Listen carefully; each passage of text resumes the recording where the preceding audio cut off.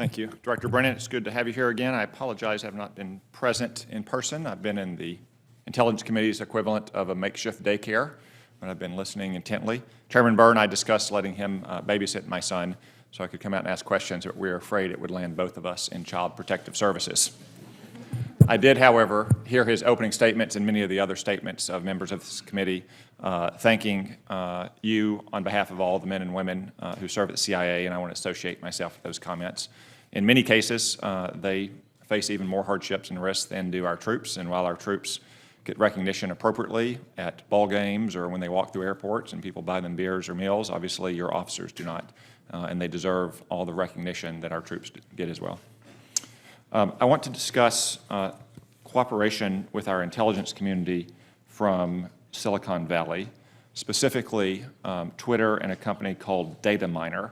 According to the Wall Street Journal from May 8th, as well as some other media reports, Data, which is owned in part by Twitter and is the only company authorized to access the full real-time stream of public tweets that Twitter has, recently cooperated with the CIA, but in just a few weeks ago ended that cooperation. So our intelligence community no longer has access to Data information.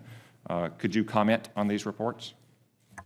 It appears as though Data was directed to not provide its service to the CIA intelligence community, and so therefore we need to be able to leverage other capabilities in order to make sure that we have the insight we need to protect this country. So those reports are correct? I am not going to dispute them. The Wall Street Journal also reported that the CEO of Twitter, Jack Dorsey, directed Data to stop the contract because he was worried about, quote, the optics, end quote, of helping intelligence agencies. Do you believe that to be accurate?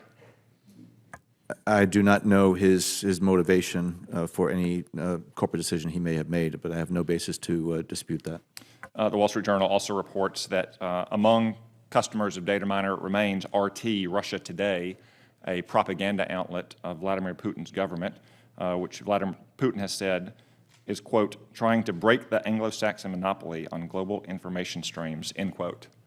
To your knowledge, is Russia Today a client of Data I believe so. I'm not certain of that, but I don't have any information that they have been excluded from their services. Is it disappointing to you that an American company would sell its product to Russia Today, a propaganda arm of the government of Russia, yet not cooperate with the United States intelligence community? I'm disappointed that there is not more active cooperation consistent with our legal authorities that may be available from the U.S. private sector. Thank you. I want to turn now to the Open Skies Treaty. The STRATCOM commander, Admiral Haney, has testified that the Open Skies Treaty, quote, has become a critical component of Russia's intelligence collection capability directed at the United States, end quote. Do you agree with that statement from Admiral Haney? Admiral Haney would be best positioned to make a public comment like that, and I'd be happy to look into it and get back to you separately. CIA Director General Stewart has testified that the Open Skies construct was designed for a different era, and I'm very concerned about how it's applied today.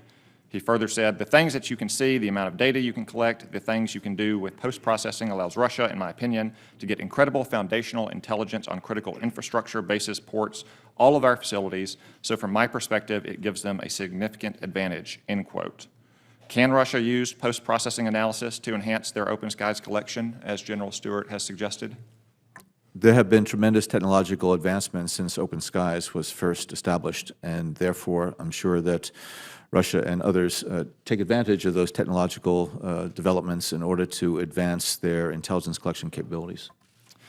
Do you believe that these processes and procedures on digital images and the advances in technology might allow Russia to exceed the limits imposed by the Open Skies Treaty? I would have to take a look into how those capabilities could be used to exceed those Thank limits. you. My time has expired. Thank you again for your appearance today.